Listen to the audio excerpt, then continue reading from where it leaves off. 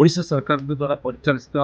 Matric परीक्षा फल आज बाहरी पाखापाखि 95% पिलाମାନେ उत्तीर्ण होती ତାଙ୍କୁ ସାଧୁବାଦ ଦେବି ତାଙ୍କୁ ସଫଳତା କାମନା କରିବି ଏବଂ ଓଡ଼ିଶା ଅଭିଭାବକ ମହାସଂଘ ତରଫରୁ ଆମେ ଆଶା କରିବୁ ସେମାନଙ୍କ ଉଜ୍ଜଳ ଭବିଷ୍ୟତ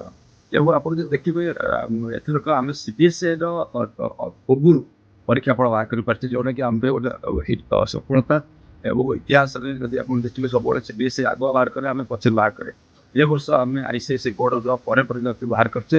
ଏବଂ CBSE ପୂର୍ବରୁ ବାହାର କରିଛେ ରାଜ୍ୟ ସରକାରଙ୍କୁ ଏବଂ BSEର ସମସ୍ତ ଅଫିସର ମାନଙ୍କୁ ଏବଂ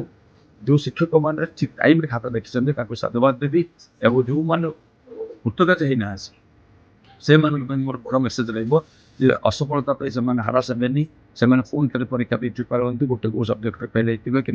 जदि कौन छोट छोट मिस्टेक सुधारतु सप्लीमेंटारी उत्तीर्ण उज्जवल भविष्य कामना करी धन्यवाद।